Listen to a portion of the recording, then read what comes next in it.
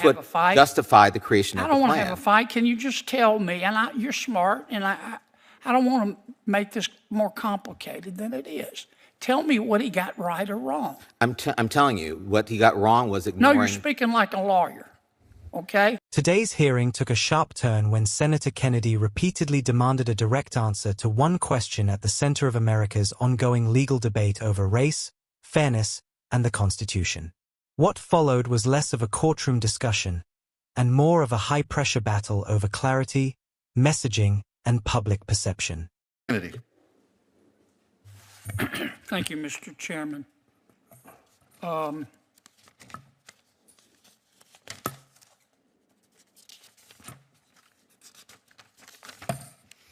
Mr. Grime, am I saying your name right? You are, Senator. You argued the Calais case? I did. Okay. I'm going to tell you my understanding of the case. And then, Mr. Cox, I'm going to ask you to tell me if Mr. Grime got it right. And Mr. Chamberlain, you can chime in if you would like. Are you familiar, Mr. Grime, with the Students for Fair Admissions case? I am. Okay, that's the case recently where the Supreme Court said you can't use race in college admissions. Now, here's what I heard the Supreme Court say in that case. I heard the Supreme Court say, look, colleges, we're not going to get into the admissions business. That's your business. We're just telling you you can't use race as a factor to admit anybody. Is that your understanding of the case? Basically, yes. And they did a whole 14th Amendment. Don't try to muddy the water to make it look deep, guys. I know you're all smart. I'm just trying to get to the bottom line. Am I wrong or right? You're right. Okay. Now, the way I read Calais is the Supreme Court is saying, look, first of all, these are political questions. And we're not going to tell the states how to draw congressional districts. We don't want to be in that business. That's a political question. We're just saying you can't use race as a factor. Is that what they did in Calais, or am I misunderstanding it? That's basically it. You can use it to remedy, past discrimination that you've proven. But that wasn't the case in the Calais case. The other side didn't prove it. Well, but once again, you're muddying that water, man. Did the court, or did it not, say that you can't use race to draw a congressional district? In most cases, you can't unless the state, the person defending the map, shows that they had to use it because there was a showing of immediately past intentional discrimination, that they had to use race to unwind. Okay. Yeah. Tell me whether he got it right, Mr. Cox. Senator, quite frankly, the defense of the Calais case is such a tortured exercise. It's Mr. difficult. Cox, I don't want to hear. So I'm going lecture. to tell you what I want you to answer my SFFA, how question. SFFA applies to Calais. Did he get it right, or He did not get it wrong? right. Okay. So under application to discuss Calais, you have to really discuss what happened in the case that created the district that was challenged in Calais. That was Robinson. All right. The court required the state of Louisiana to redraw its plans pursuant to its findings of a Section 2 violation. Look, I don't That's want to have what a fight. justified the creation of the plan. I don't want to have a fight. Can you just tell me? And you're smart, and I don't want to make this more complicated than it is. Tell me what he got right or wrong. I'm telling you, what he got wrong was ignoring. No, you're speaking like a lawyer, okay? And I'm tired of, I've listened to you gentlemen, okay? Let's just get down to it. Mr. Chamberlain, tell me what Mr. Grime got right or wrong. He got it all right. You think I'm really going to tell the guy who argued and won Calais that he didn't understand what he was arguing? Okay. Sorry, no, I'm totally respectful. Yeah, obviously, I think he's got a good handle on it. I understand that, Mr. Cox. I don't mean to be rude, the importance of precedent and all that. But didn't the Supreme Court say, except in very narrow circumstances, you just can't use race to help a person, and you can't use race to harm a person? And that includes in drawing congressional districts.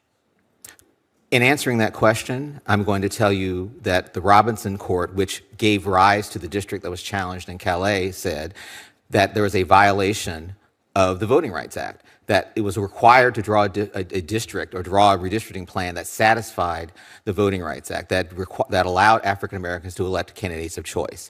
You don't want to answer that's my what was question, challenged. do you, Mr. Cox? I'm answering your question. No, you're not. Maybe an answer that you don't like and my colleagues don't No, like, you're not. but I'm answering You're your not. question. You're giving us another lecture, and this is not a common law class. Tell me in simple terms, is that not what the court said? The court said a lot of things that were inaccurate. So the court said you can't use race at all in drawing plans. We disagree with that. But what the court really did was say that you can prove race you can prove there's intentional discrimination, which is in violation of this Congress's intent. It also sprinkled partisanship as a defense for any challenge to any challenge under Section 2. All right, well, I'm about out of time. I can see, no disrespect, Mr. Cox, but you're not answering any of my questions. And I know you're disappointed in the decision. But let me put it another way. Do you think race should be used to help a person? I don't understand that question. Race should be used to help a person? Do you think race should be used to help a person? I believe that if there is a racial violation of the law, that race discrimination, I believe a remedy that's race conscious can be required, yes. Do you think race should be used to harm a person? I don't really understand what that question means. No, I didn't think you would. Mr. Chamberlain, do you think it's fair in America to use race to help a person at the expense of other races? No. Do you think it's fair in America to use race to hurt another person? No. How about you, Mr. Graham? Absolutely not. Race should not be used to help or hurt an individual. And no disrespect to Mr. Cox. He's very bright. I can see that. And I've been where you've been. You know, when you get in front of a court of appeal and you're losing, you know, you want to kind of obfuscate. I get it. But that to me is what the court's saying here in all these cases. We're not going to try to run your business. Not in the college admissions, not in drawn districts. But you can't use race. Period. End of discussion. And I think that's what the Constitution says and what most Americans support. I know you're disappointed, Mr. Cox. I'm not disappointed. I'm outraged. But that's what the Constitution says. Well, can I add one more thing that's Sure. not quite exactly addressing what you asked? I do think there's a role for a co-equal branch of government, Congress, to make its own determination regarding how it wants its laws enforced. And I would urge this Congress to reconsider Calais in that light. Yeah, but you and I are both aware that the United States Supreme Court has full authority to pass on the constitutionality of a statute. Come on, you know that. I'm sorry, Mr. Chairman. If Mobile versus Bolden is any example of what can and can't happen, this Congress can take a look at Calais and say, actually, you got it wrong.